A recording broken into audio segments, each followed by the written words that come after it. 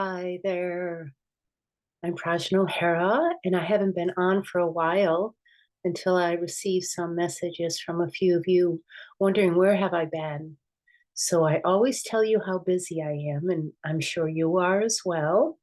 But lots is happening. I just came back from the East Coast, and my daughter, excuse me, graduated from Smith College School of Social Work, and that's my oldest daughter. So I'm so proud of her. She is just a circus performer, brilliant, and not a woman who has been spared challenge at all, given she has siblings just 2 years younger than her, twins with multiple disabilities. So she has been the able bodied daughter, my oldest daughter, and I'm sure that she has some mommy issues to work out sometime. But I just love her dearly and I'm very proud of her. So that happened. And I also had a retreat in Vermont, which was just magnificent. If you haven't been on one of my retreats yet, see if you can come sometimes. They're posted on my website at prajnaohara.com. And the other thing that is happening is we have construction going on still at my house. We're going to have a little sanctuary. And I'll be having small retreats and dietas here.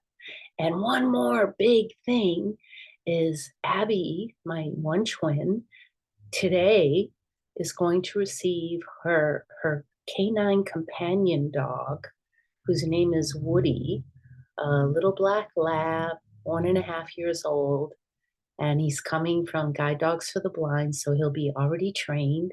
And she is just over the moon excited about this. And this is really what I want to speak about, the opportunity for each of us, regardless of what our capacity is. I mean, our ability, because what I want to talk about is how opportunity builds confidence and capacity, happiness. It just lights us up on the inside and emotionally, psychologically, and in all ways, even physically, we're able to function better. So I'll tell you a little story about this. Like, since Abby's been counting down the days that her dog is coming, so her intellectual functioning is kind of turned on. So she's doing her math, she's doing all of these different things, and she's typically delayed, well, probably, a number of years, but she's very brilliant. It's just there's some gaps in the learning, and she has a visual impairment. So putting things together for her takes a little more time to process, to make sense of something, but she's incredibly bright. So she has this responsibility that will begin today with this new dog. So every day she's been checking off her list the different things that she needs to get for the dog. And they sent her a manual from Guide Dogs for the Blind. She has printed all of it out and she's made a booklet with little dividers for each section. She has taken courses online and watched all these videos about dogs. And she had a service dog before, but her relationship to it this time is much different. And I think one of the reasons is when our life is a little bit on pause, we don't really have something that we're really engaged with, whether it be our work, relationship, our training, something that kind of keeps us in the sense of feeling enlivened. She hasn't had that for a little bit because she's out of high school. She's taken a pause from college courses. So she hasn't really been all lit up. She does take some dance classes, but she's more self conscious about her differences. So having this opportunity to have a responsibility and to care for something, that's the gift of life and being in relationship and healing relational trauma. Because when we have relational trauma, our tendency can be to avoid relationship and not even consciously. It's just like something doesn't quite feel safe or doesn't trust or hasn't developed the skills to really be in relationship, to understand and learn how to be intimate, how to kind of give. of ourselves and receive from another. So here we're talking about a dog, so it's a little bit easier perhaps because they have commands and they, will do what you need them to do. So it's quite different.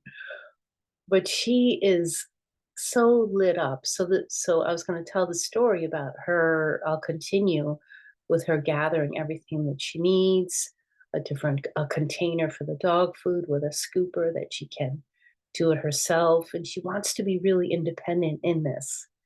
And it's also crossed over into other areas of her life. So I was peeking into her bedroom this morning and she was tidying up her room because her dog is going to be in her room with her in ways that I haven't seen her do in a long time, making her bed in a certain way. And I was just had the door open a crack and I'm peeking in and I'm watching this little person be so adult and so caring, just to make everything just right for the arrival of this new being in her life.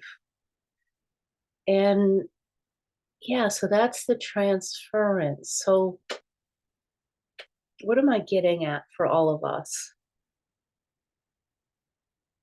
How important it is for us to, if we don't have something that we feel that gives us value or gives us purpose or something to wake up for in the morning, it's so important to find that.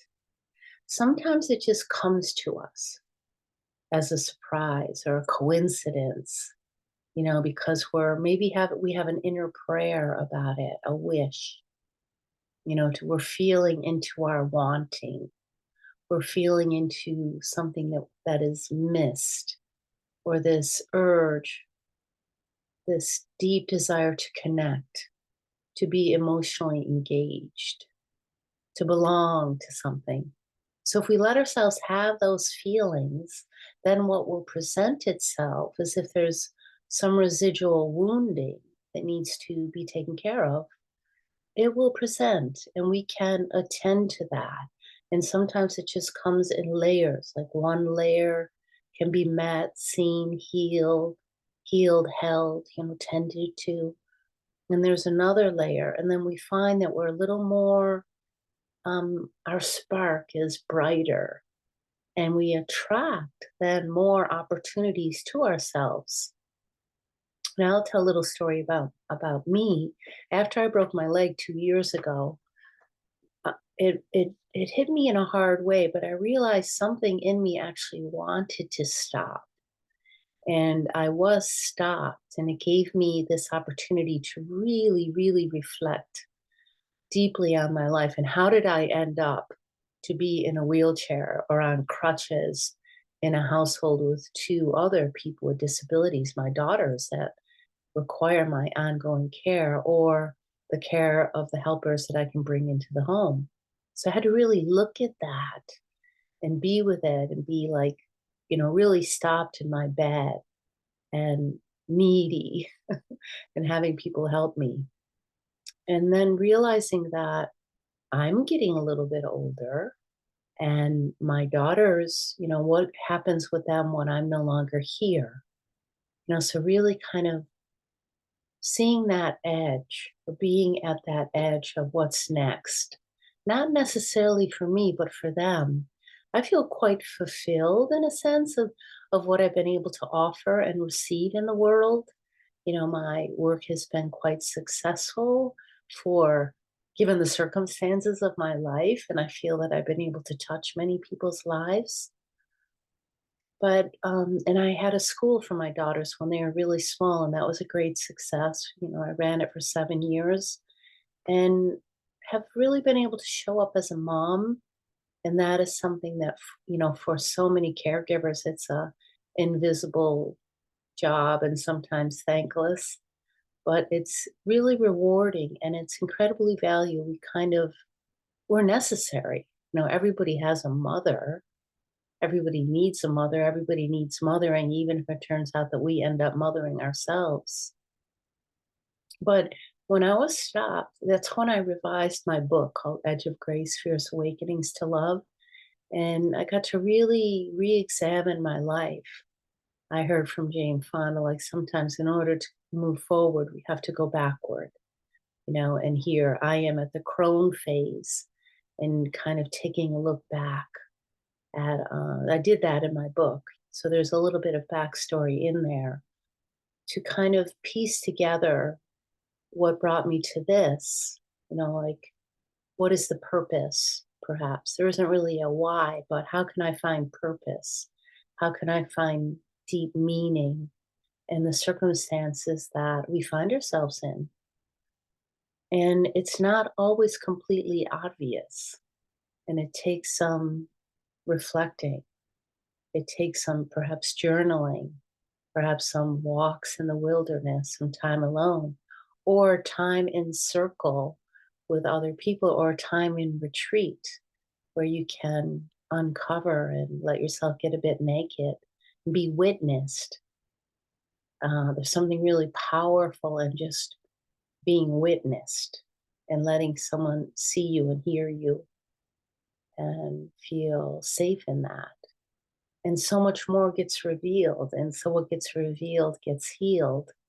So here I am at this kind of continuous shift right now. My book is about to be released. If you aren't on my newsletter, just go to my website, prajnaohara.com/shop. And that's where my book is. You can be an advanced reader if you'd like and download it for free. All the details are there. Or you can wait until it's we're in the pre-launch phase. You could wait till it's published. It's pretty close. What an undertaking. It's like I could raise these children. You think that I could work with my publishing team and get a book out? I tell you, it hasn't been easy.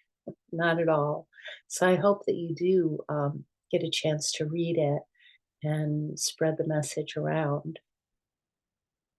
Maybe I got a little sidetracked there, but let's take a breath together. And I just want you to be able to let yourself be seen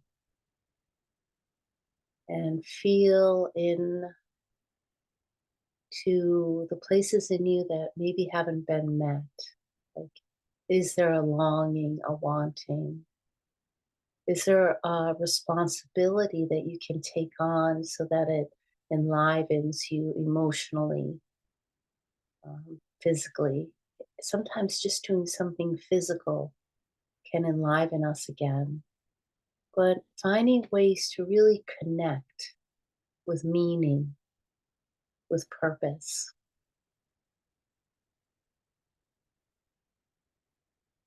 Well, I'm very happy to share this time with you. And again, I'm being quite casual and spontaneous these days. I'm semi retired, if you can believe that. I don't think it's ever going to happen. My children will not be leaving the nest anytime soon. So I'm actually amping up for some new project. We'll see what that is. But I have things that happen at my home sometimes. And so check out my website. I'm prajnaohara.com.